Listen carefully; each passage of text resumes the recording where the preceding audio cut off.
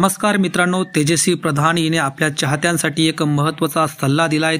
सतत सकारात्मक आनंदी राहण्याविषयी जे सातत्याने बोलले जाते त्यावर तेजस्वी प्रधानने म्हटले की मला हल्ली वाटायला लागलंय की सकारात्मकतेच्या नादी इतकेही लागू नका की आपण आपल्यावरच अन्याय करायला लागू।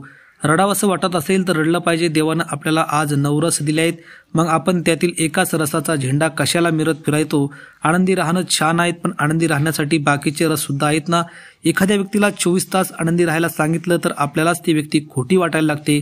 त्यामुळे आपल्याला राग येणं, आपण पटकन प्रतिक्रिया देणं, एखाद्या गोष्टीचं वाईट वाटून रडू येणं या सुद्धा भावना आहेत। त्यामुळे माझं कायम आपण म्हणणं असतं की रडणं चुकीचं नाहीये, पण रडलं पाहिजे, कारण तुम्हाला मोकळं व्हायची सुद्धा गरज असते। आपण विभक्त कुटुंबात राहतो, आपल्या आजूबाजूला कितीही लोक असले तरी आपण एकटे असतो व मनातलं सगळं शेअर करायला खरंच हक्काचं माणूस आहे का हे आपल्याला माहीत नसतं।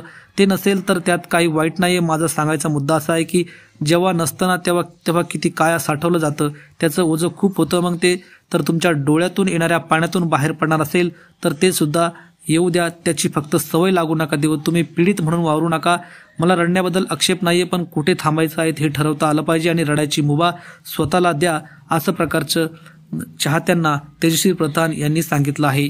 मित्रांनो, अशाच रंजक माहितींसाठी आत्ताच आपल्या YouTube चॅनलला सबस्क्राईब करा।